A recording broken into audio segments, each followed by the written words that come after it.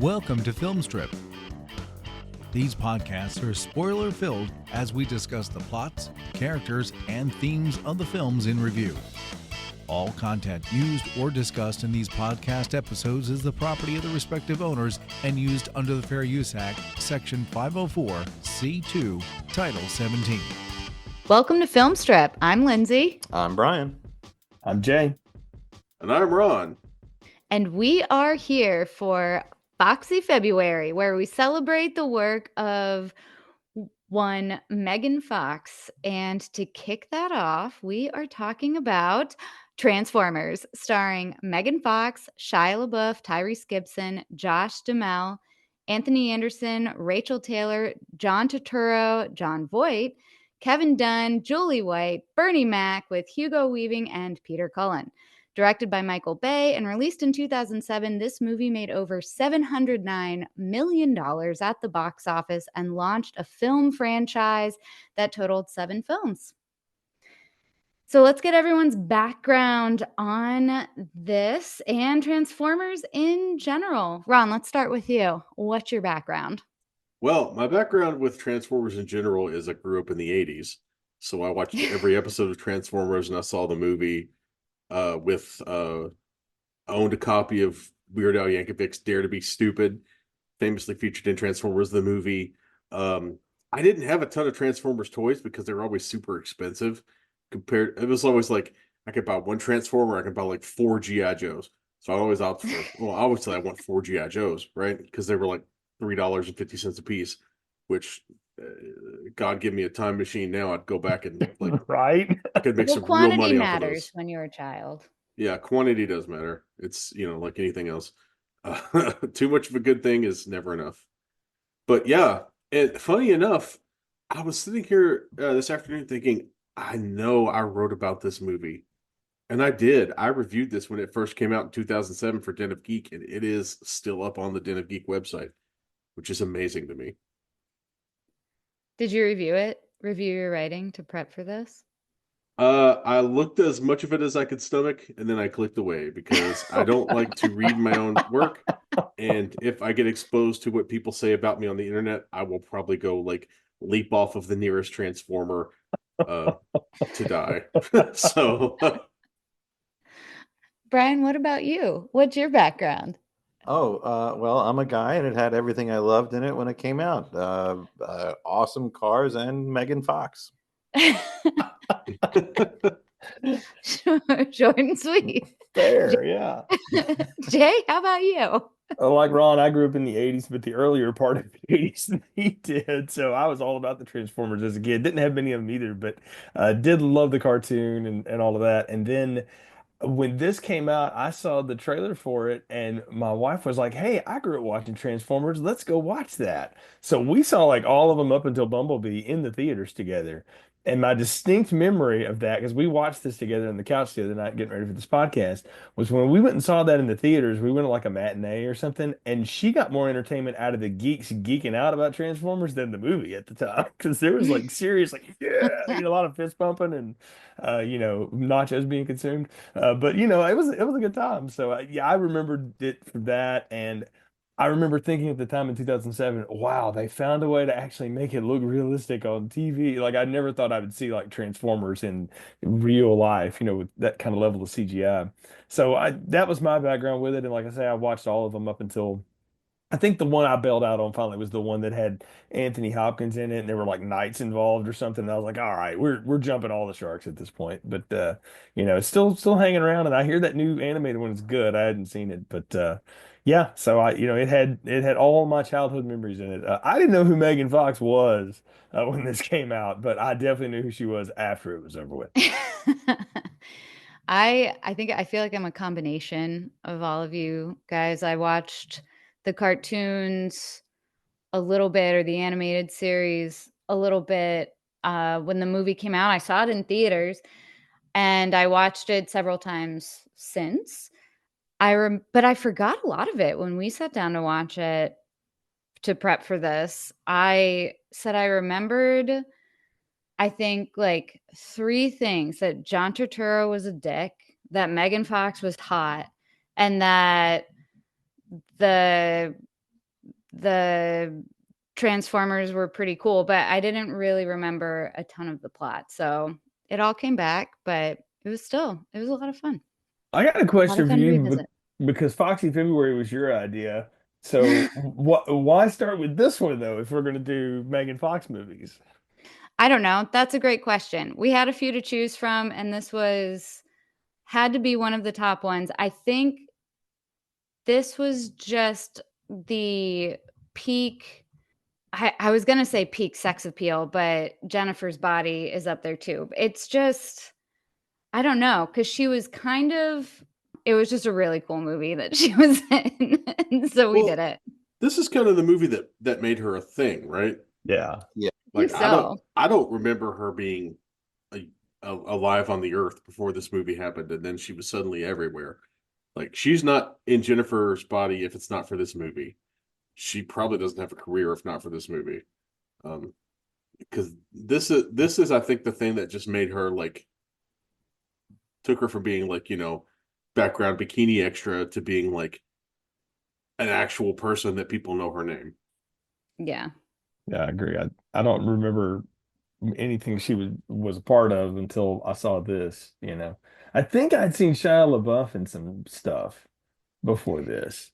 He was in like Disturbia, which is sort of that teenage Rear Window remake thing. That's And exactly what I was going to think. Yeah. So I was going to bring that up, Jay. Disturbia. Yeah. He was also in a Holes. bunch of Holes. Yeah. So I remember him from Disney Channel. I was gonna say, yeah, I course think you you do. probably, you have the background with him, right? But yeah, and other movies after that. But yeah, my first introduction to him was Disney Channel. What was the show he was on? It was a Even Stevens. Even Stevens, that's what it was. I knew it Yeah. was like one of those like Starvin' Marvins or something like it was one of those Mhm. kind of shows. But Yeah. Starvin Starvin Marvin. Marvins. He plays I an don't know. Ethiopian child from the South Yeah. Park episodes. I knew it was some rhyming name thing. It was long past my time of watching anything like that. But that's Yeah. Well, I had a lot of younger brothers, so they watched sure. all the Disney or younger siblings. They watched all the Disney. I mean, I watched a lot of Nickelodeon stuff myself, but even as an adult. But don't knock SpongeBob. At least Hey, the early I ones. recommend watching NFL playoff games with the Nickelodeon version. It's a lot of fun. They're so fun. Yeah. Is that the one where like the guy fumbled and like Patrick Starr started just ripping him a new one Yeah. in a hilarious fashion? Like, I didn't watch any of those, but I wish I had. Adore the Explorer like said like here's the end zone, you seem to be having trouble finding it or something like that. Like she was like throwing shade. So like, ooh, Dora's a little hot. So Yeah.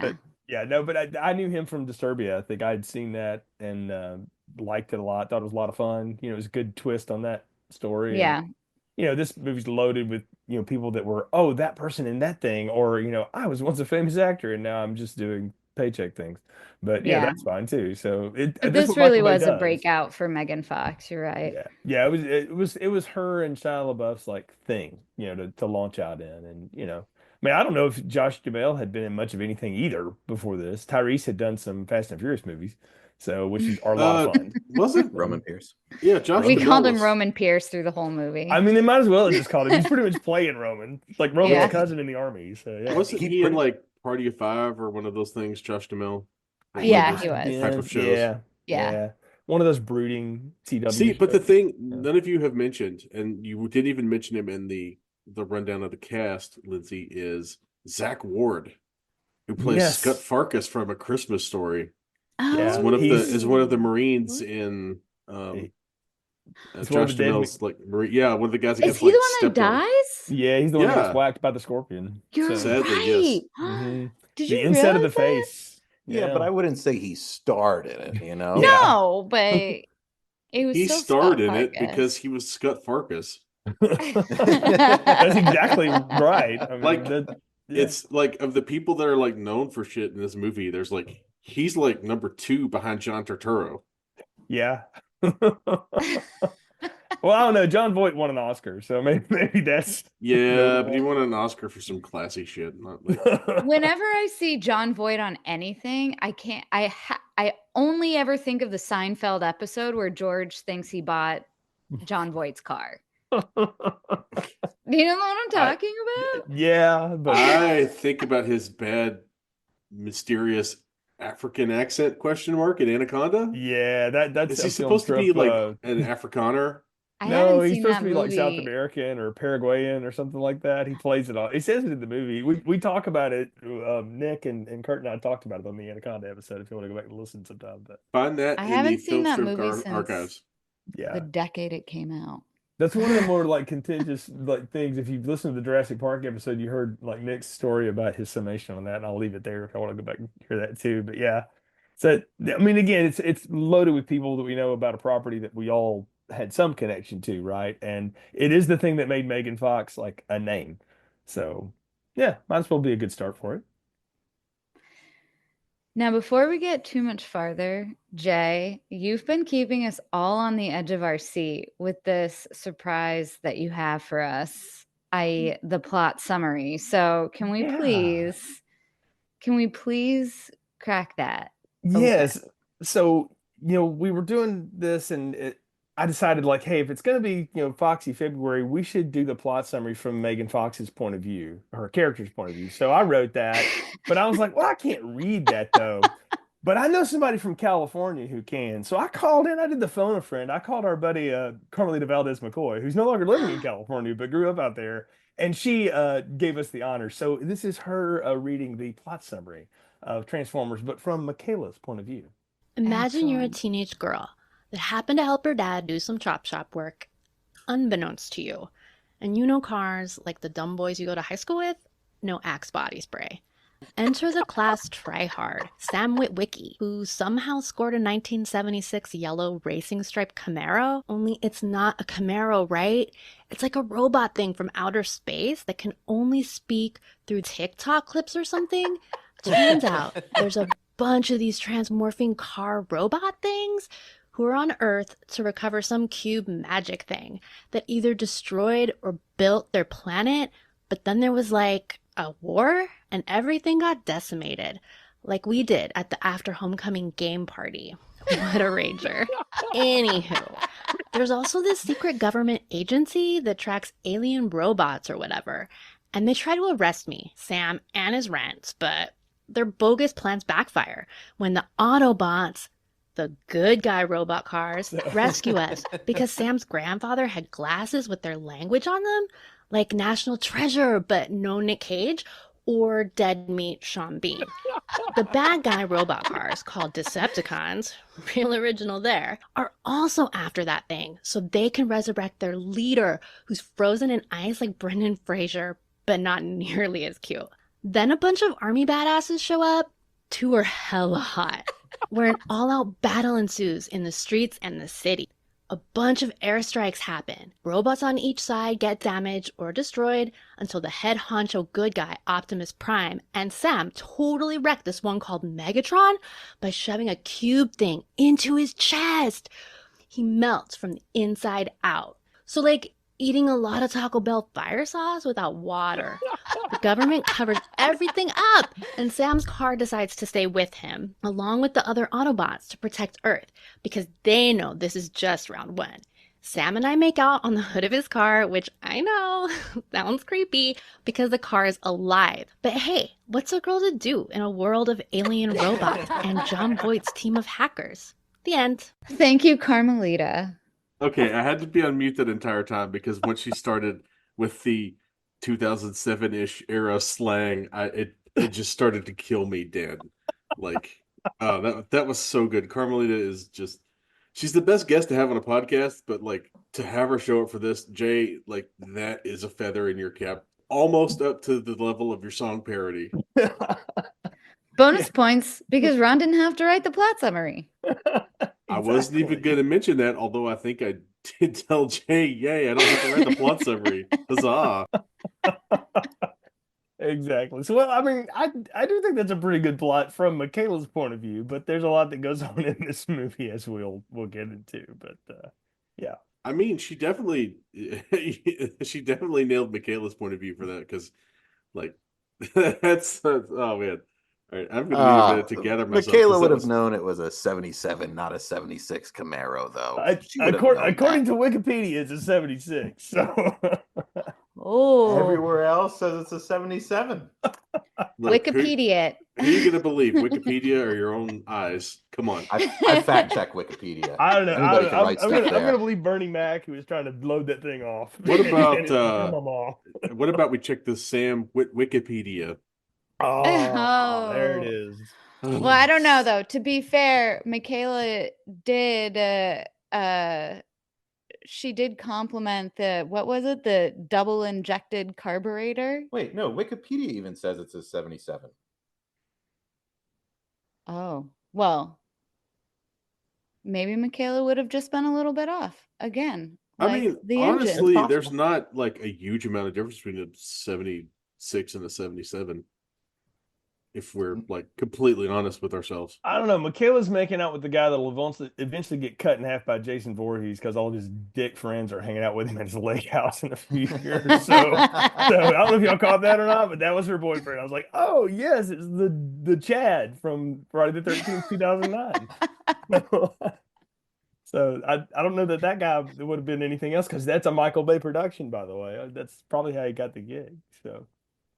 That was a funny line she had in the car where she was like, I don't know. I'm just really attracted to guys with abs and big arms. And I was like, okay.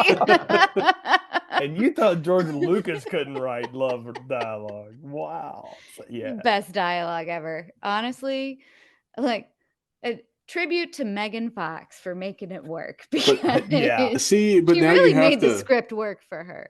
But now you have to do the famous Harrison Ford quote as Megan Fox. You know, Michael Bay, you can write this shit, but you sure as hell can't say it. Exactly. It doesn't matter what anybody says, though, man. Well, to quote the late great Tony Scott, it's all rock and roll, mate. It doesn't matter.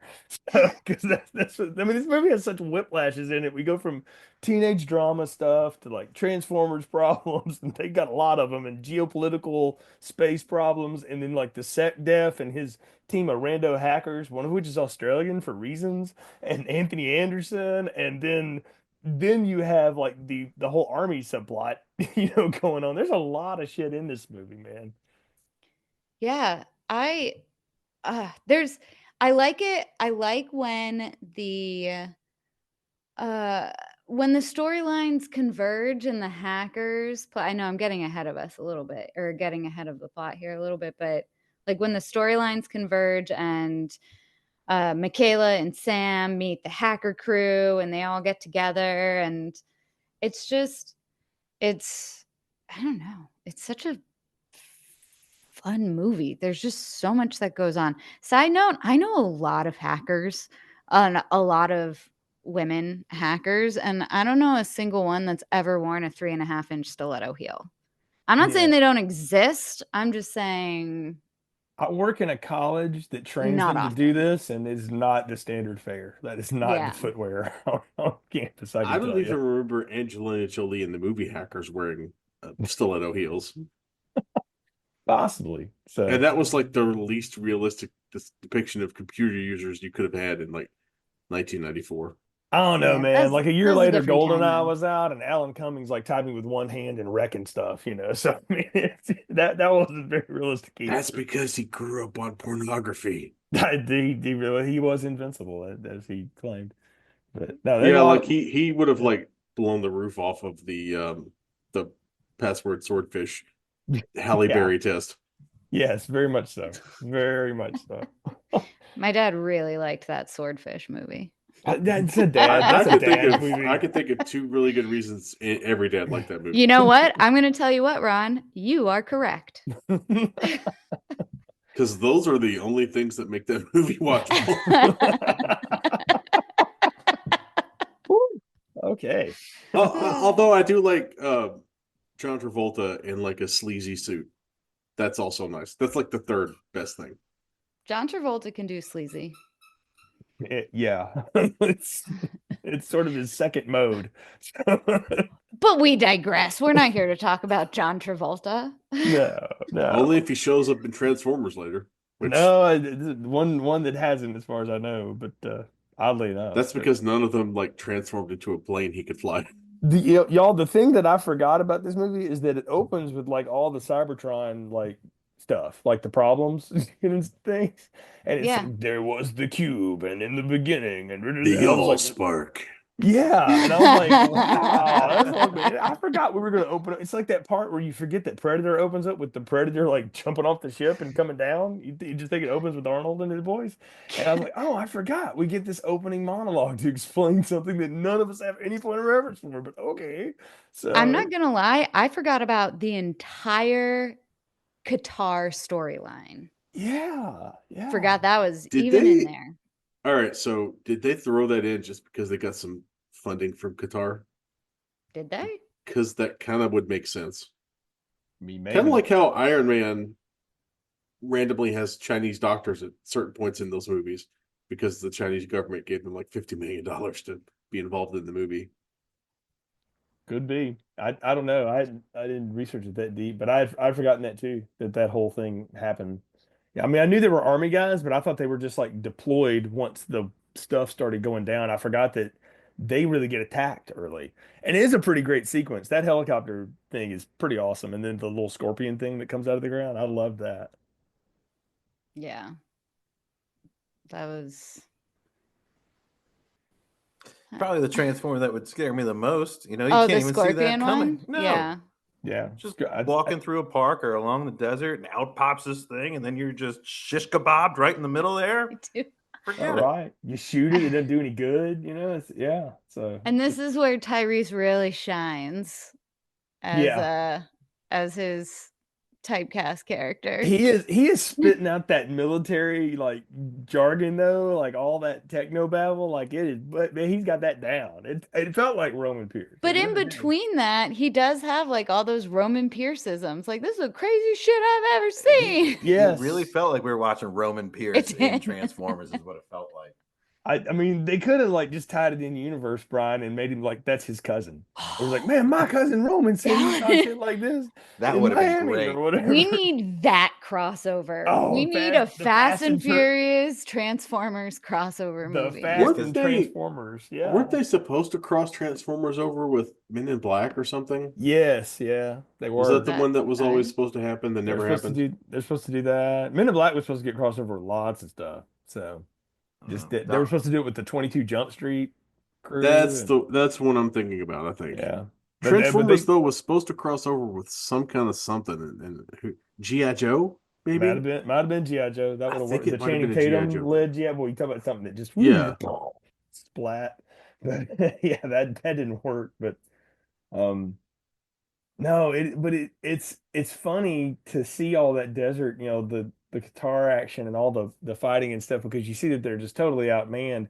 And it is a pretty great scene when that helicopter lands and it does that like I don't know, T-1000 thing over the pilot's face. All of a sudden, that's when you know he's not real. Yeah. And the transforming, like I know it's all CGI and stuff. That it's really good. Like that's really well done. It holds up. That is the best aging CGI. That is almost 20 years old. Yeah, that's what's wild is how good it still looks. It's crazy to me. We talked about that a lot while we were watching the movie. Oh yeah, Like how good it looked was. very realistic. The fact that this movie just hasn't completely fallen apart in 20 years is amazing. Because, like, by all rights, 2007 era CGI, and, they were making this movie in 2005, Yeah. 2006. So let's not kid ourselves. 2005 era CGI that is 20 years old should look like garbage. The fact that this movie is watchable at all, because it's mostly big CGI blobs smashing into each other, is amazing. And it is just a testament to the fact that Michael Bay knows his way around an action scene, whether it's something real or something that's just completely in his head. Well, the thing that I think still looks great is when the Autobots are all, hanging around. And I know we're jumping all over the place, but when they're like hanging around Sam's house, like the Three Stooges gag, and they're trying to hide in the yard, that still looks great. Like, and all the little noises, like the sound design in this is incredible because it sounds like gears and stuff moving around and metal smashing together. I thought that was really good. It was really well done. You had to look really close to tell that it was fake and not actual robots, but once you took a closer look, you could tell it was fake. Hold on a minute, Brian. Like, where have you viewed the actual robots in the yard? Like, we live in New Jersey. We have drones flying all over the place. I missed Like, the drone show. I was just a few months early, but yeah, thought about that. So have you looked at the Wikipedia for Transformers? There's a whole thing in there where they talk about like how they did the robot transitions or transformations and how they designed the size of the robot with the size of the vehicle that the robot comes from. So it's and there's scale? even like they have like a picture of like a Peterbilt semi that they're like, okay, this is how tall Optimus Prime could possibly be. Here's all his various dimensions, so that way we make sure that he's the exact right height. A transformed Peterbilt that turns into a big robot monster could be. That's pretty cool. Like with like wireframes and like everything. Yeah. It's really impressive. That's pretty wild. I think they mix the CGI. I mean, they mix it with like practical effects too. So you actually see cars crashing. You actually see things exploding. It's not just straight CGI. I think the mix really helped too. Yeah, I think we were introduced to Bumblebee's really one of the first ones we get to meet. You know, when Sam and his dad are looking for the car or whatever, and it beats the crap out of the original Bumblebee, the actual VW Bug, because they had to make it a Chevy product for product placement reasons, or they said they wanted it to be cooler, but I don't know. It didn't bother me. I didn't care. I just thought it was cute. But it's funny that I don't remember this from the cartoon. So one of y'all tell me if this was the way. Could Bumblebee not talk and like he had to just talk through his radio dial all the time? Because I had forgotten that little like plot twist. I'm pretty sure that Bumblebee could talk. I wasn't alive in the 80s. I think that was just a thing that they made up for the movie. Shut up, Brian. I'll let the old folks handle that one. Pass me my Jello. I only remember the 90s. I have all my teeth. It's all right. He's married to one of the old folks. So. But some say Lindsey is robbing the cradle, but I say Brian is robbing the grave.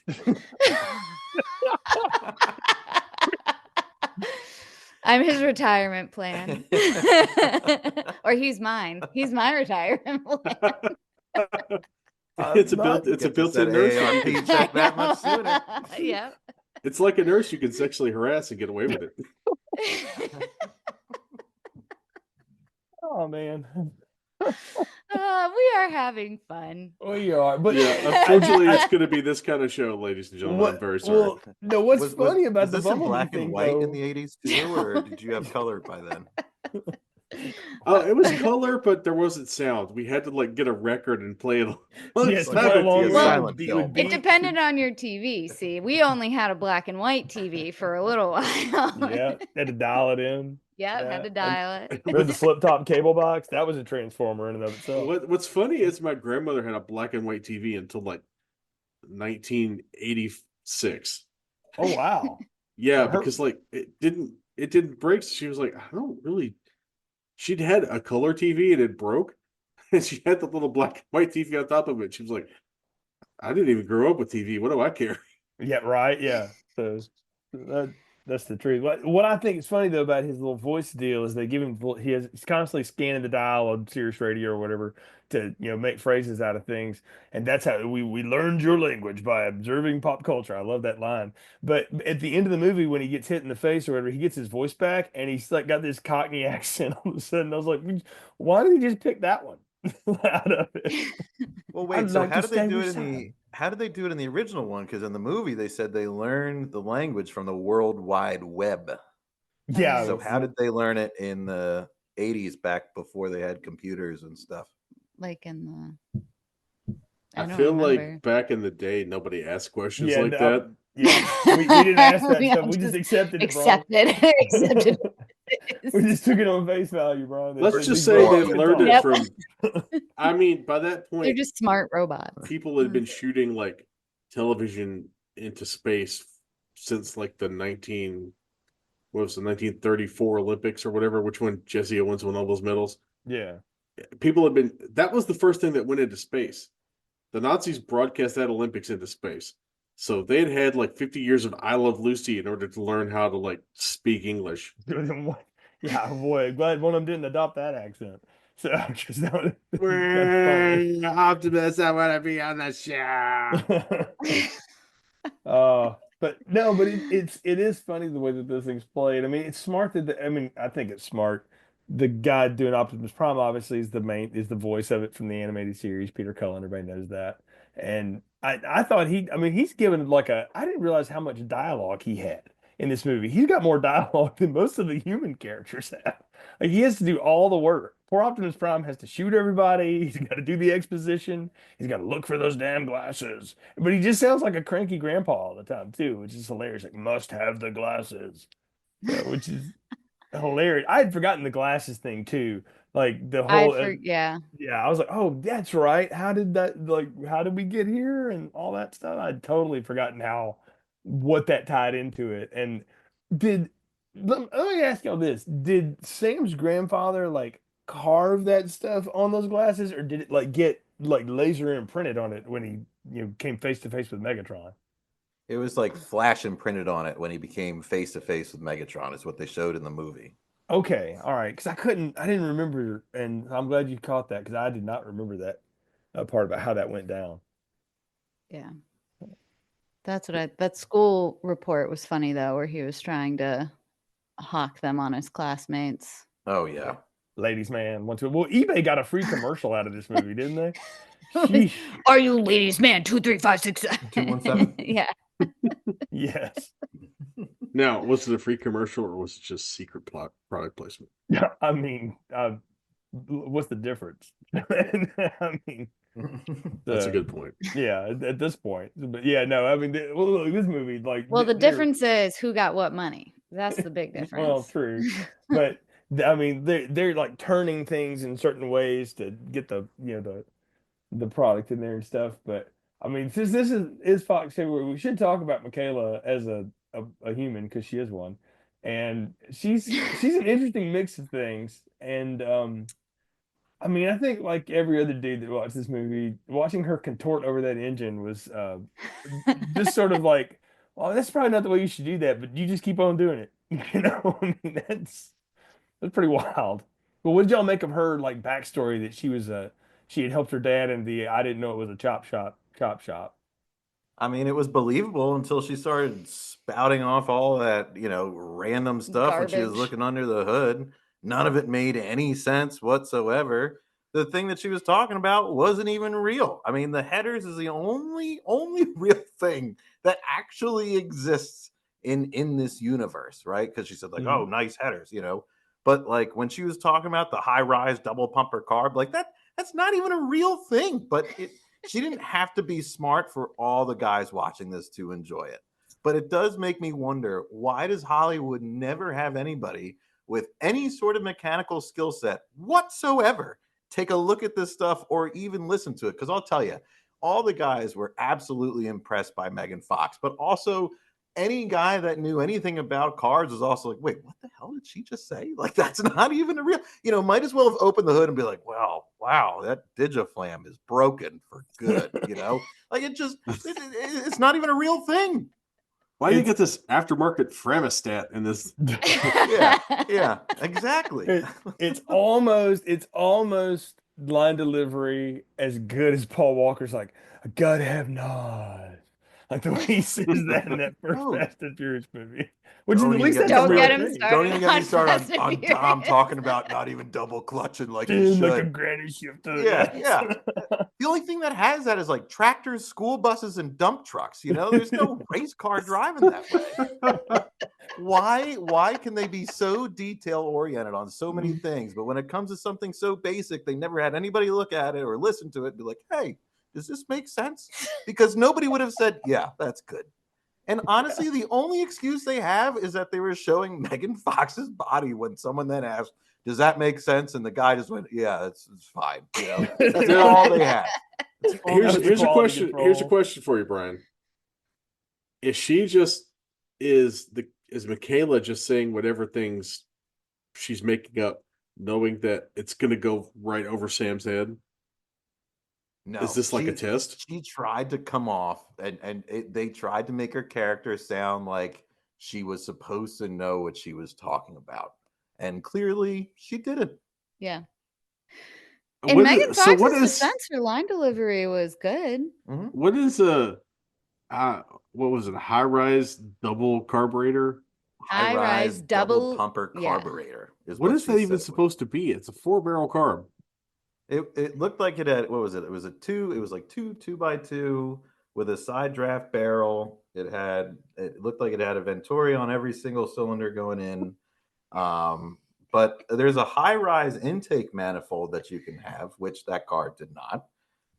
So to say like a high-rise double pumper, that's not even a real thing.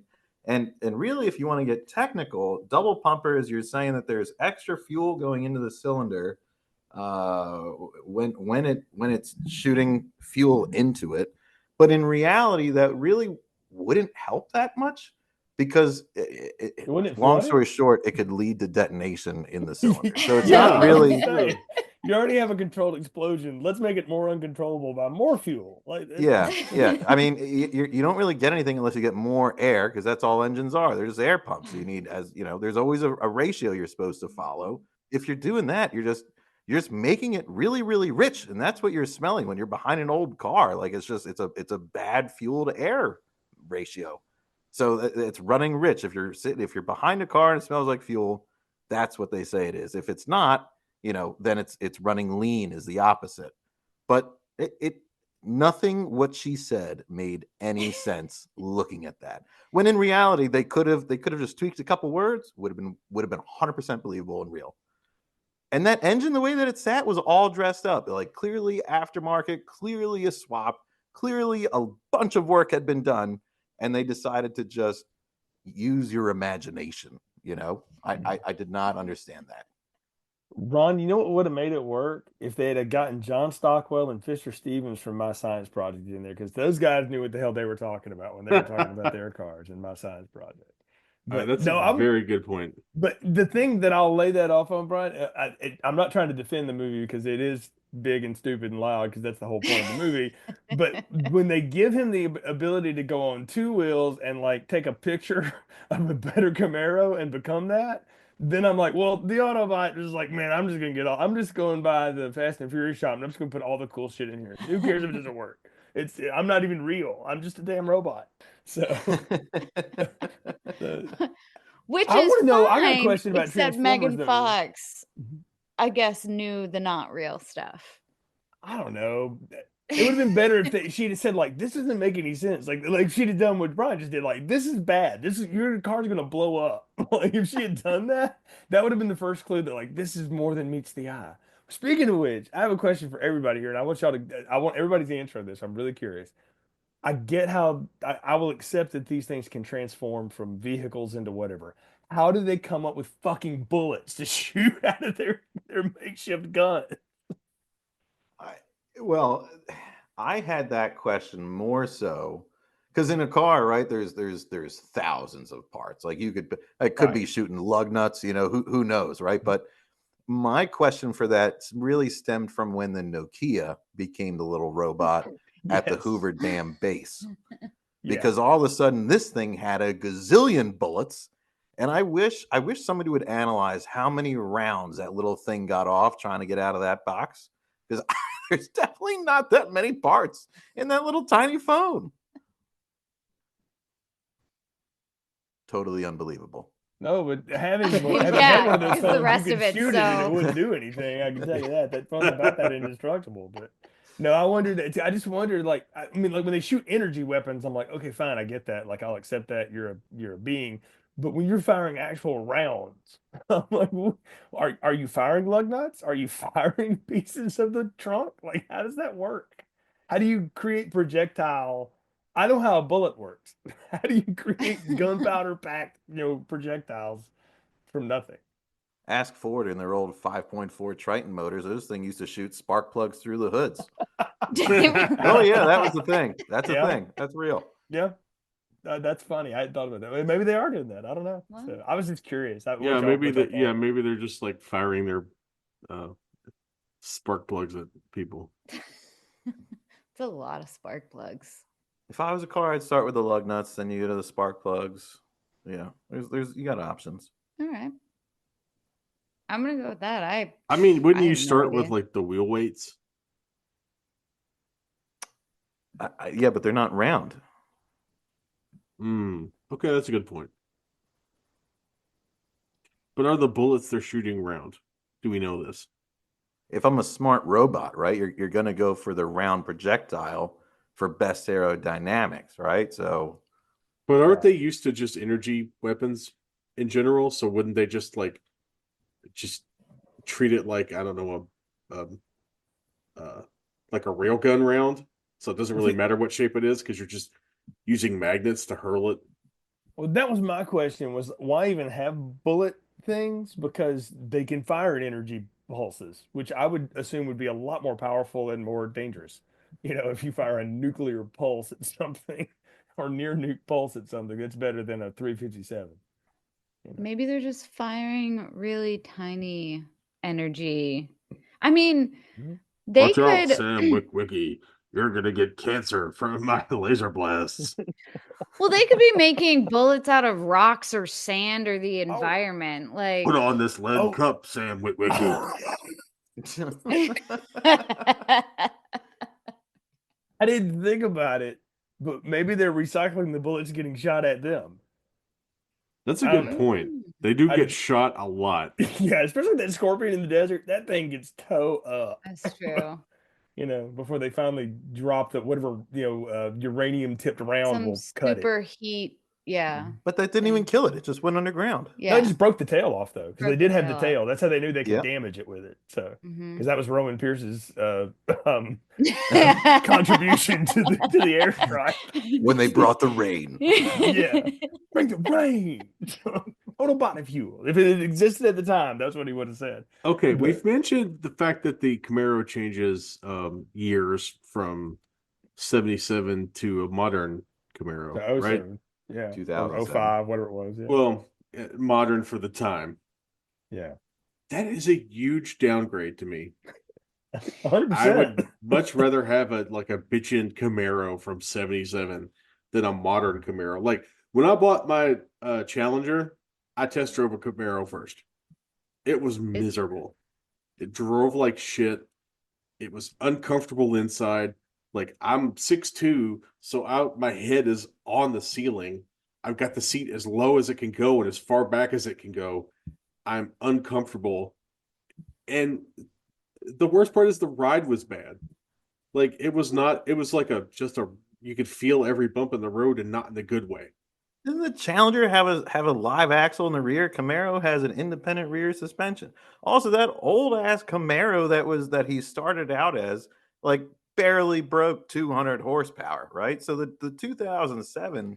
Not with those double injected carburetors. No, let's not kid ourselves. This is a California emissions 77 Camaro, so it was probably like 185 horsepower by the time California got done cutting its nuts off. Oh, hey, y'all, and it didn't have much nuts in the first place. Bumblebee didn't read any of those rules. Yeah, but remember where he bought it. Remember where he bought it. That guy is not following California emission standards. No, but when the car was sold in California in the first place, it had to follow the California emission standards.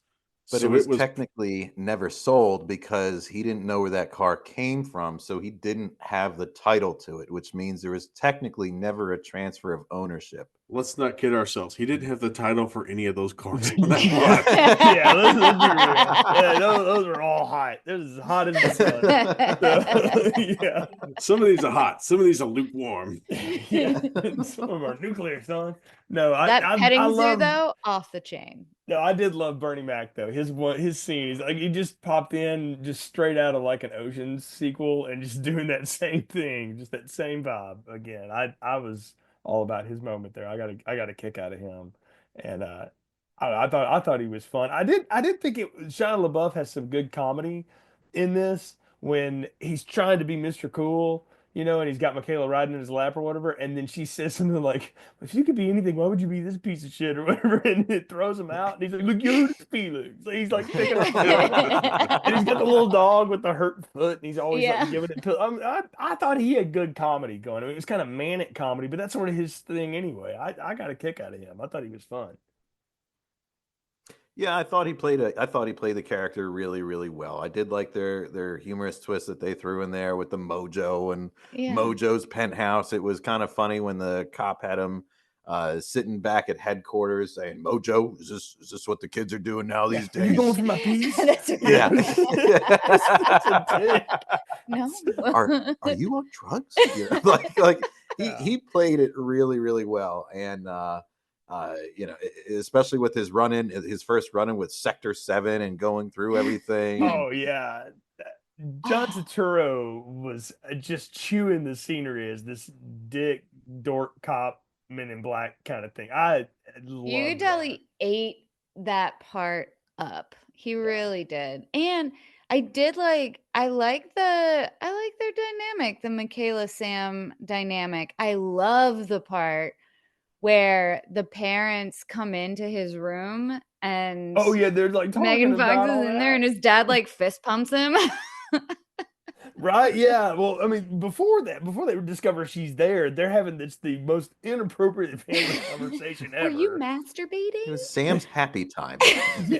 That's just between a father and son. I'm like, that's a conversation I've never had with my father. I don't know what generation this is. So this is wacky.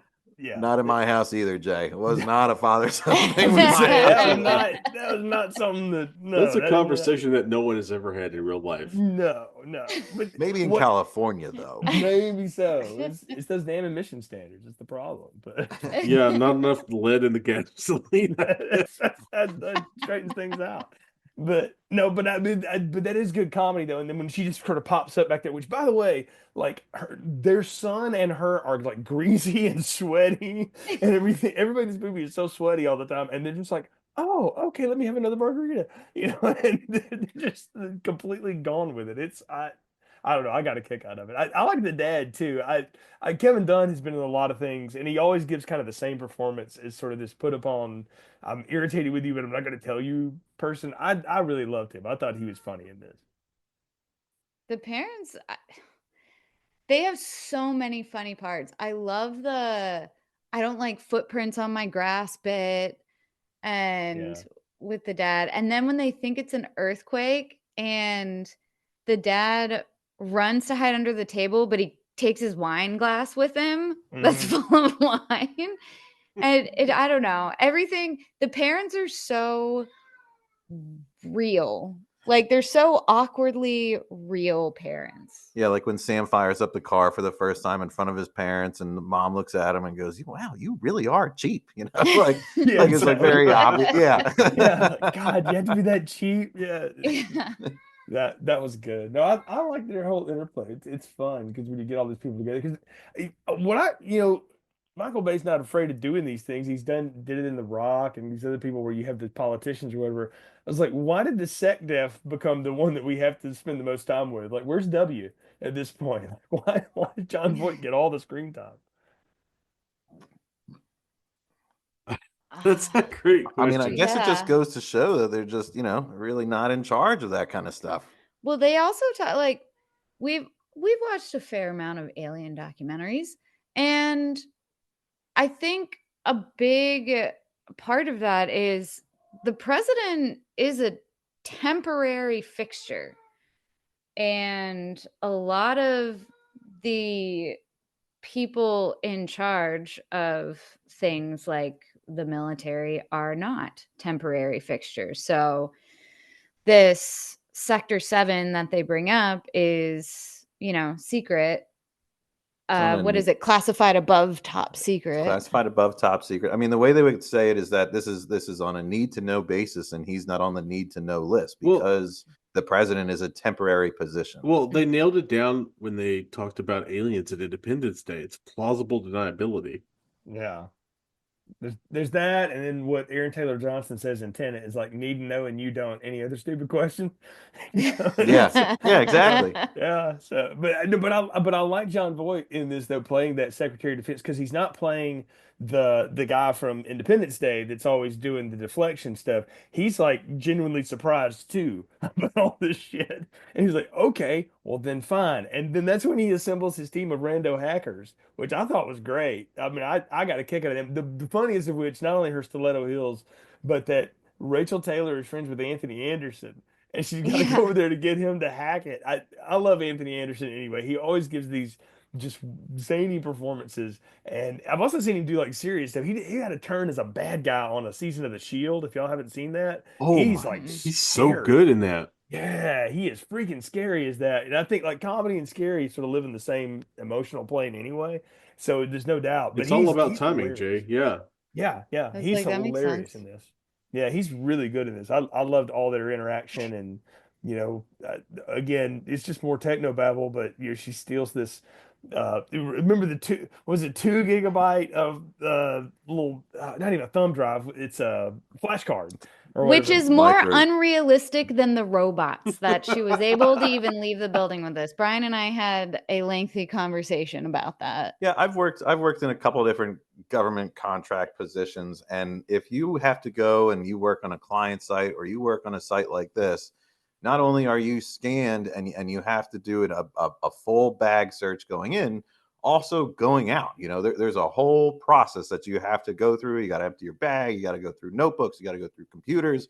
I mean, I remember on one of the first contracts I was on, one of the things I was most scared of was like if there happened to be an old USB drive that was in my backpack, because the amount of trainings that I took about how bad this can be for your career if you get caught trying to walk out of any of these buildings with a removable memory device, whether it's USB, micro SD, a CD, like you're toast. You are done, right? And they and when I say they check everything, like I see this person every day. Still got to empty the bag, show them the notebook, clear the computer, like go through anything in your pockets, everything. But the fact that she got this out was one of the most unbelievable parts of this alien transformer movie.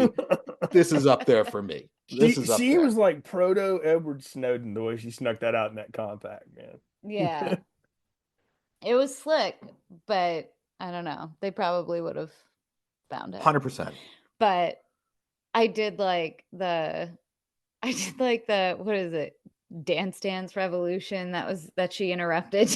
Yeah. And like that whole scene was really funny. And the Redskins jersey with the Redskins lanyard that he was wearing, I was like, wow, that's so accurate. Yeah. his and then the cops costume raiding was it though. spot on. To your point, Brian, she doesn't exactly get away with it because the second he fires it up, the FBI is like in the house. Like, so they Yeah. do, jump on them pretty quick. But yeah, I don't think she would have ever gotten out of the building either. But we need her to because the plot needs her to, because that's what the plot needed at that moment. So because it doesn't really matter. It's all trying to get everybody to the same place. And what did y'all think about the fact that they had hidden Megatron at like under the Hoover Dam? Totally believable. That I did kind of like that because I don't did think too. it was I mean, I guess they didn't know, but that whole thing kind of made sense to me, right? Like they had this giant cube, the Allspark, and they knew it emitted some sort of energetic field, and the only way that they could sort of kind of disguise it was 4 football lengths of concrete to block it out, and they built the Hoover Dam, which to me I thought was actually kind of a clever tie-in. I did appreciate that. Interesting that they put the robot right next to it, Megatron, when it really should have been opposite sides of the earth, but that's kind of part of the irony, and I did appreciate that. Yeah, I thought it was exactly the kind of thing you would expect from a government cover-up. Well, we'll just build a dam. And okay. A big one. Who's like ever really gonna look? Big one. They're never gonna know. They're never gonna know. The guys building it, like have this conversation. What are we doing, Murray? I don't know, man. Don't go in the room with the glowy thing. Yeah. I seen dudes come out with 15 fingers, Mary. You don't want to go in there, you know. I still want to know how they transported Megatron in the first place. Like he obviously wasn't cryo frozen by Archibald, the great great grandfather. So how did they get him from the Arctic Circle down to Nevada? I feel like there's a shared universe where like the queen alien from Alien versus Predator is like laying next to Megatron under the ice in Antarctica or whatever. They're just hanging out down there playing rummy, you know, and then he gets taken away, you know. I mean, they've been able to ship ice by train since the 1800s. Like, one of the reasons where I live, Louisville, is a big fish town, is because they would catch a bunch of fish in New Orleans in the Gulf of Mexico, put it on train cars and send it up to Louisville. So like 4 days later, here comes fresh frozen fish into town, and all the German immigrants who live here like ate it up with a spoon. So like, if they can send like oysters and clams and stuff from the Gulf in the 1800s, they can send a big frozen robot down. But he would have had to be kept frozen the entire time. And not only that, well, if they did it in winter, it's not going to be warm enough in Canada for him to thaw. They brought him to Nevada. Yeah, that's the part. They put him in the freaking desert. Desert. Like this. But yeah, but you put him underground. He didn't burrow from the Arctic Circle. Like if he crossed the desert at any point. It's not he's not gonna thaw instantly. It's gonna take a while. Archibald woke him up already. He got the thing on his glasses. So right. He was awake. So that's what I don't understand. He was awake at the Arctic Circle, and then somehow he just got transported down to Nevada. He was damaged in some way though, and that's why he was trying to get the Allspark to sort of reignite himself or whatever. And because it can just, that's why there's a good in the plot summary. Like, did it destroy the planet? Did it make the planet? Maybe both. We don't know. But it has both powers. And so he was trying to get hold of it. And that's why when the little crawly thing gets in there to, I guess, frenzy is that one that gets him together. That's what wakes him back up and gets him rocking and rolling again. Because he's sort of half going at that point. Because he was damaged when he crash landed or whatever. Yeah, see, that's what I mean. Like in the 5 minutes that their cryo pumps shut down, like he became alive, and somehow we're supposed to just accept the fact that he stayed asleep or just unable to move or attack for the whole trip from the Arctic Circle across the whole desert and then down to where the Hoover Dam is. Well, was he found after the Allspark was found? Because they said the Allspark was found in like 1903. Do we know the timeline?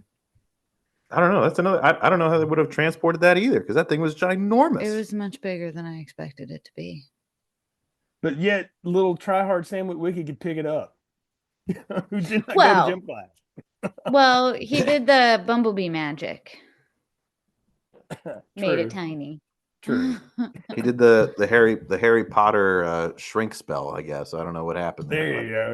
Yeah. Yeah. That's the only thing this didn't have. Magic. Was that. But no, I mean, I just accepted that Megatron was damaged in some way, and that what drove Archibald Witwicky crazy was the flash from Megatron and the Allspark, but that was kind of all he had, because he was so screwed up and he needed to get re-energized. So, he was just separated from his power source more or less for, I don't know, 100 years. That's kind of what we're there for. 70 years. Yeah, it sounds right. I mean, it's all the same thing though. It's to get everybody in the same place. You have these 4 stories going. You got the teenagers, you got the Sector 7 thing, you got the army guys, and you got the robot things. So how do we get them all in the same place? They all got to be going after the same 2 things: Megatron and the Allspark. And they just happen to be in the same place because, why, Brian? Because good is dumb and makes bad decisions. You've worked with government agencies; they don't always make the smartest choice. No comment. Yeah. But I mean, really, but it does come around though that the thing that I remembered most about this movie, besides Megan Fox's mechanical lack of ability or whatever, was when the road chase, when the Decepticons and the Autobots all get on the road and they transform in mid-drive and go, Royal Rumble on the friggin' California highway, right where Speed was shot. I remembered that, and then seeing it again, because it's been years since I've seen this movie, I was like, yeah, that still looks really cool. That's a great badass action scene. It really was. The roller blades on the Decepticon coming through, I can't remember his name.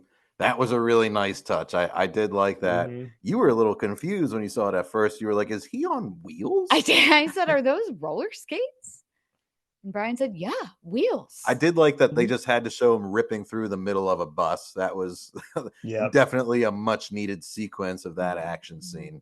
And of course, just watching Optimus Prime rip him apart, it was great. Just watching that. Mm-hmm. I took a deep dive into Optimus Prime, the voice actor who did that, because it sounded so familiar. I thought, certainly this is someone I've heard of, and it wasn't. However, he has voiced several. Well, I think he was like the original Optimus Prime voice. Yeah. Also the voice of Eeyore on Winnie the Pooh. That's a real move. Like, that's a very different thing. Yeah, he's been on several children's cartoons since the 80s. It was, I mean, like little kid cartoons, not just like Transformers. He was on Chip and Dale Rescue Rangers. Gummy Bears. He did the noises for the Predator and Predator. Hold on a minute. Gummy Bears had a cartoon? Yeah. Gummy Bears. That's how old I am. That's how old I am. So yeah, missed that. So yeah. We got free Disney Channel for a week once a year in the summer, and it was awesome. And I watched Gummy Bears all the time. It was. Kids Incorporated, man. Yep. I don't know. The kids programming that I had growing up was like all from Canada, and it was like these mannequins that would come to life after they shut the store down and they took care of this little homeless girl. It was all I don't know. There's lots of stuff going on. So but she looked like Punky Brewster, but she wasn't. I don't know. It was a whole vibe back in the day, y'all. So that sounds like a sleeping pill dream, Jay. I promise you, it is a real thing. I don't want to burst your bubble, but Gummy Bears and Transformers cartoon was out pretty much right around the same time. I just didn't see the Gummy Bears thing, man. But I did see the transforming mannequins. I knew that. No, it's great. It's great action. I wanted to ask y'all, like, you talk about the bus getting torn in half, and then we got this whole Starscream situation and all the carnage in the streets, as it were, in the city. What do you think the collateral damage was in there? Like, at least like 40,000 lives gone, like just torn apart by these robots. Yeah. Oh, at least $100. There was one where one of the Decepticons, I think, just like picked up a van and like a minivan, and chucked it. And my first thought was, there were probably children in that. Like, what do we think the hypothetical death count was from this? That's what I'm asking. Yeah. Oh, what, hundreds? I would almost say thousands. I mean, at one point they just kind of blew through and gutted the middle of an office building when Optimus Prime and Megatron were going at it. Yep. Yeah, it's very well, as the guys in We Hate Movies say, it's 57 9/11s every time the Transformers get together. And they're not wrong. I mean, that and when Batman and Superman beat the shit out of each other. I was just about to say, it's whatever the count that Batman and Superman had. That was very similar, I feel like. They were topping each other at this point. Yeah, there's a lot of collateral damage in this.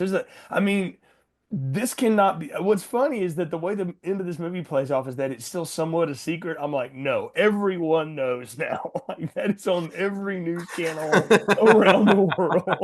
You cannot hide that shit. Yeah, the cat's not going back in the bag. No, there's not a big enough flashy thing from the Men in Black to make everybody forget that. Maybe they did the rainy thing from Fantastic Beasts that made everyone forget. Well, I guess so. But what I did like though, and what I've always appreciated about Optimus Prime in this is that he's the good guy, right? He's the big, the big head cheese, right? But he is a stone cold killer. Like he will just rip things in half and then go, "I'm sorry, I had to murder you, friend." But he just kills shit all the time, and that has not changed throughout this series. Because the third one of these, Dark Side of the Moon or Dark of the Moon, whichever one it is, the end of that is one of the most badass endings of anything. When he just like puts the faceplate on and basically guts Megatron and then shoots whatever robot Spock is playing in the back. Like he is a gangster. Yeah, he is. Total gangster. Eat your heart out, Sopranos. That's all I'm gonna say. Yeah. Yeah, this robot turned into some gabagool. Meadow, you gotta put Bumblebee in the garage. Oh, He was an interior decorator. Chrissy was trying to Your house looked like shit. Oh man. Come for the reviews, stay for the impressions. What did y'all make of the soundtrack? It's very like 2000s. Like this feels like it's from that moment. I'm not even talking about the Linkin Park song and all the other stuff. So Oh, Linkin Park. I mean, Bumblebee had some great tunes for the moment. I liked it. And stuff, yeah. Yeah. I'm just sitting here like soundtrack. Look, I remember it because they did. It was a perfect placement because I had said this about this band at the point. Like they had like Michaela's theme is a Goo Goo Dolls song, but not like a real Goo Goo Dolls song. It's when Johnny Resnick decided to be a woman and just write ballads, and that's what they give her is that. I'm like, no, that's perfect casting. Exactly who should do that is the Goo Goo Dolls at this point because that's what they were. I thought the best placed soundtrack I thought was when Bumblebee started playing "Baby Come Back" after Michaela started walking away, and he got the car started with a quick donut, and then headed right over her way. Oh, even better when she's first walking away, he's starting to play Drive by the Cars. Like that was, So he's trying to make it happen, I think. So he did. He's the ultimate wingman. Yes. He is. They really missed an opportunity to play Bitchin' Camaro. Yeah, they should have. But there's some good stuff on that. I mean, it's very dated for the moments and stuff. But I mean, you got Taking Back Sunday and Mute Math that's on that soundtrack. It's some good rocking stuff, man. Well, I'm not surprised. I mean, Michael Bay's a noted rock fiend, so he's always into this stuff. So, yeah. But yeah, I mean, it just fits the moment, but it also, and I don't mean this in a bad way, it dates the movie very specifically. So because I hear that and I'm like, oh yeah, I remember that era of The Rock. Yes, this is where we were. And I don't mean Dwayne Johnson, but but he had a special era around that time too. Yes, he did. Yes, he did, for sure. Yeah, It was a comforting soundtrack. Just think the same soundtrack had the Used, HIM, and Taking Back Sunday. Yeah. All all the same, basically like same three songs in the soundtrack. And I think those were what was playing when like in the highway smash scene and in the city smash scenes, like all that's going on. So yeah. We haven't talked about Josh Duhamel like at all in this. We've talked a lot about Tyrese and stuff. He's sort of like Tyrese's commanding officer or whatever. He gets to do some pretty cool shit. He's riding around on motorcycles and shooting sabot rounds at stuff. He's kind of a Terminator in this movie. I think Tyrese just steals the show in such a fun way. I mean, like he was good. I mean, he's just a standard white guy. Like, there's nothing specific about him that you need to know, other than he's trying to get to his wife and kid, and they do insert the shot at the end where he's with the wife and kid. Yeah, I think it's good that they gave him a little bit of a backstory, but I like that they didn't put a ton of focus on it. Like, we knew that existed in the background, but it was really just like a 2-sentence, this guy has a daughter he's never met. He's really trying to get home, and that's it. We'll talk about it maybe one other time, and then we'll show you at the end that he made it home. But it added a little more weight to it, but it wasn't like, I don't know. I like that they didn't dwell on it too much. A lesser movie, his wife would have been working in one of the buildings that they were like fighting around, and that would have been his whole like, oh, I must save her too, while I'm also saving the world. Yeah. He seemed to be really smart, though. That whole team, that whole military team were very in tune with new weapons technology. That's And Michael they, Bay, man. He's always gonna yeah, make the military guys be the smartest dudes in the room. Like that's which is cool. But I was like, they're not normally like that's yeah, they like, picked up on that shit really quick. Yeah. yeah. Why do you say that? No. though? I don't mean like that. I mean, No. I like seriously. What made them seem really smart? Like it's not like they didn't identify the tech. They just treated it like any other threat that they didn't know what it was. no, they did identify the tech when they were in like their tech tent dissecting the scorpion tail thing. On the plane? No, they It was on the had plane on the way back is where they had the tent, the tail. when they were doing all the experiments on it. Yeah, when the tail came up and down. Oh, I did. Well, whatever. When they were doing that, they were like analyzing it and talking about all of the sciencey stuff that I don't know about. It was So a metal sounded- they'd never seen. Yeah. All I this think heat. I think being able to understand armor types makes sense to me. I think that's kind of what they were dissecting. I thought they said something about magnesium or how it melted or just kind of regenerate. But at the same time, they never strapped it down. Also Well, true. fair. Yeah. Yeah. Well, they thought it was dead. I don't know if I saw a scorpion tail, I'm gonna tie that thing down. I'm with you. It's going in a cage, something like I'm not getting near it unless that thing is tied down. And that was look, not. I already saw it take out Scott Farkas. I ain't going nowhere near that shit. Yeah, So- I saw. Yeah, I'm not getting close to that tail. Yeah, it was super cold in Nevada, and his tongue got stuck to a transformer and it killed him.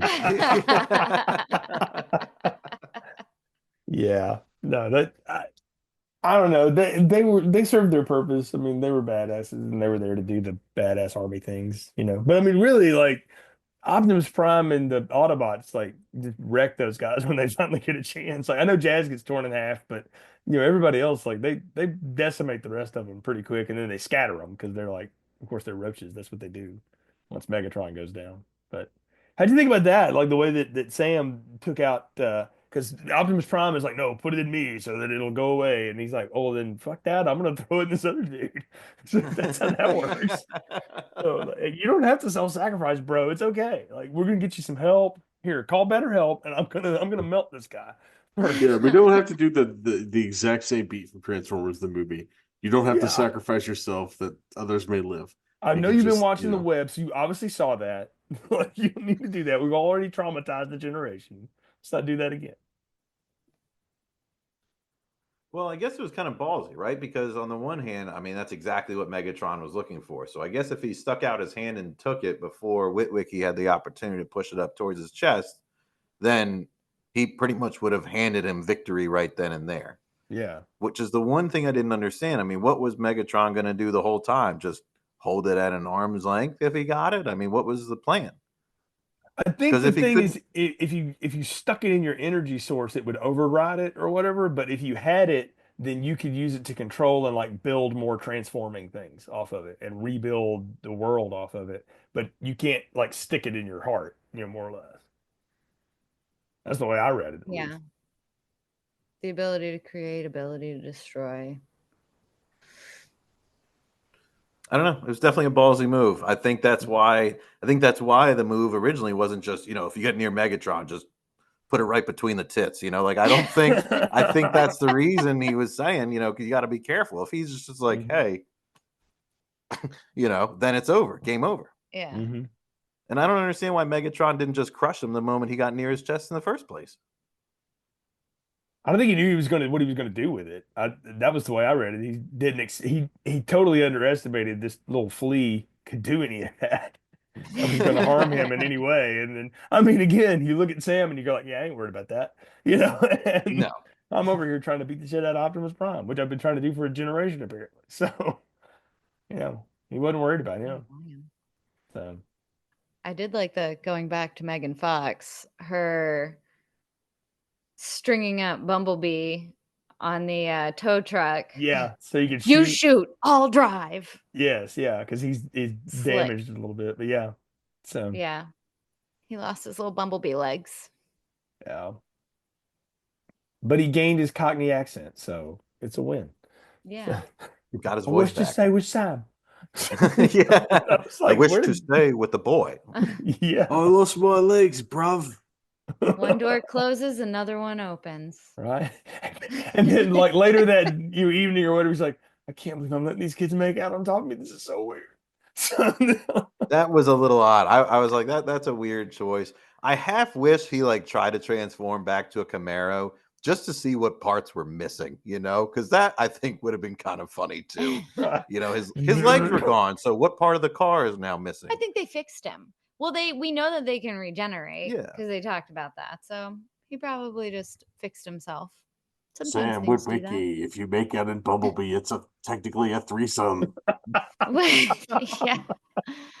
Some of these robots were horn dogs for sure. They were. They really were. Like the hacking robot, that guy was. Mm-hmm. He was having a good time with those computers. Yeah, Frenzy was into that a little much. So, well, I don't understand why all of them had lips though. Like that was necessary. They looked like the lips of the robot on a MST3K. Yes, very much so. Yeah. You know what I'm talking about, right? Gypsy? Yeah. The big one? Right? No, yeah. Yeah. Just like the Gypsy was the only one that had lips. Crow had a beak. Yeah. And Tom Servo had the little tiny beak.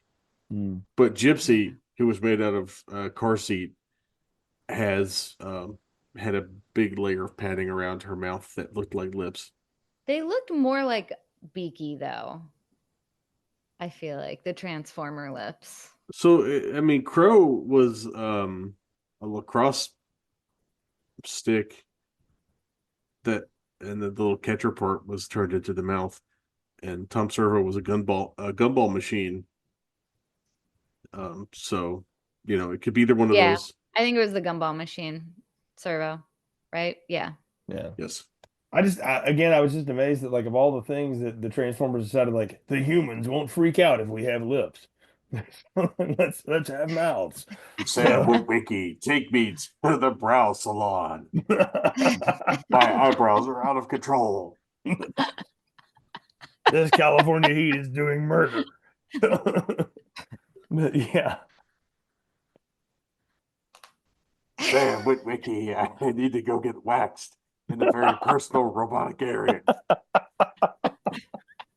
Oh my! That was true. I did like him peeing on John Turturro when they caught the kids in the first place. I thought that was well placed. Yeah. Sam Witwicky, this is a fetish of mine. What was the one like the dog peed on? And the Transformer was like, "Shall I take it out? I would very much like to." Like the one that gets to shoot the parents. Can I shoot the dog? No, don't shoot Mojo. Don't shoot my parents. Okay, I want to though. I feel like Ratchet or Ironhide all want to shoot everybody. Yeah. Things fluid has leaked upon me. Yeah. Sam, this is gonna rust. Have you seen the movie Beverly Hills Cop? We just watched that the other night. It will take more than a banana in the tailpipe. Use 2 bananas, Sam Witwicky. Then call me a dirty boy.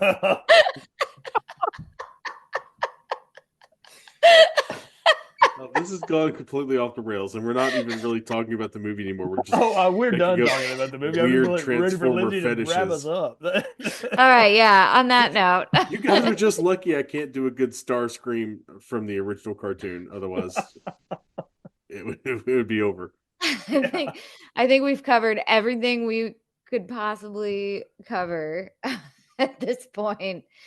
in the film. So that means, gentlemen, it is time for our popcorn ratings. Ron, let's start with you. What's your popcorn rating for this movie?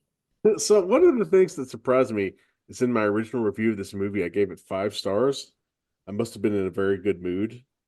But at the time, it was like the antidote to the traditional blockbuster, right? Because all the blockbuster kind of big movies at the time were kind of super serious and kind of like self-important, and this one had a lot of laughs and a lot of jokes, and a lot of the jokes landed, and it was kind of like a goofy antidote that still had enough of that Michael Bay-ness in it to give it some real like comedy value, right? Because say what you want to about Michael Bay, his movies all have a sense of humor, and he always has some really good action. So that said, I am going to go with a large popcorn. There's a reason this movie made so much money at the box office. There's a reason they keep making Transformers movies up until this very day. And there's a reason that, this movie made Megan Fox and Shia LaBeouf stars, like in a way that all their other stuff hadn't. Like, it doesn't exactly do enough with either one of the humans, but like it just kind of does enough to showcase, like, okay, this is what Shia LaBeouf is capable of. This is kind of what Megan Fox's thing is going to be.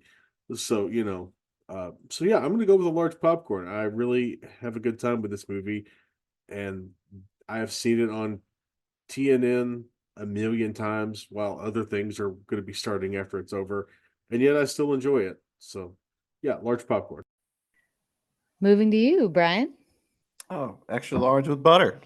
Movie could have ended after Megan Fox opened the car, hood and started talking nonsense about what was under there, and could have cut there, and that would have been enough. That would have been enough.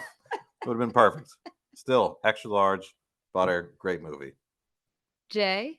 I mean, it's a lot of fun. That's the thing I'll say about this movie. Like you can nitpick it apart, and we certainly have, and I do that for all the time too. So when people just say stupid stuff, but then I realize, like, oh wait a minute, this movie doesn't want me to think. It just wants me to like rock out and have a good time, And I'm glad you said it the way you said it, Ron.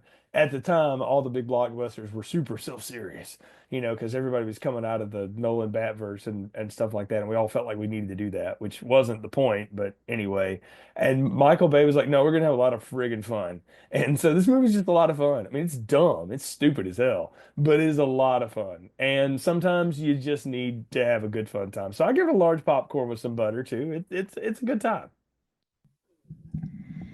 And to me, I agree with all of you guys. I think one of the things that struck me the most while I was watching it is how well the CGI aged, and we talked about that, and it was honestly the whole time, because I think some of the movies that came out, the first one that I think of is Harry Potter, when he's on the broom learning to fly, and it is maybe some of the worst Yeah. CGI I've ever seen in my life. It's so bad.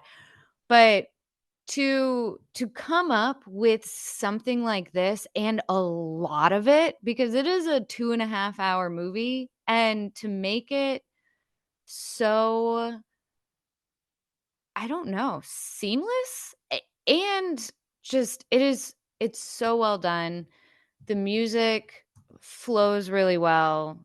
I love the dynamics with all of the actors. I think they did a great job. And to echo all of you, it is just a really fun movie. And it was really fun to revisit. It had been a while since I'd watched it. So I am going to give it a large popcorn with extra butter. And I would, if you haven't watched it, definitely go watch it. But if you haven't seen it for a while, go revisit it. It aged really well, and it's still really fun. So with that, I will close this show off. All of you can find and follow us on social media at Filmstrip Pod. We share announcements about upcoming shows as well as other fun content. And don't forget to subscribe and share the show. Bonus points if you leave us a positive review. It helps other people find our podcast, and it makes us feel really good about ourselves. So until next time, thanks for listening to Film Strip. Thank you for listening to Film Strip. You can find more episodes on our website, filmstrippodcast.com. The Film Strip theme music is produced and performed by Frozen Lake 121. All content used or discussed in these podcast episodes is the property of the respective owners and used under the Fair Use Act, Section 504, C2, Title 17.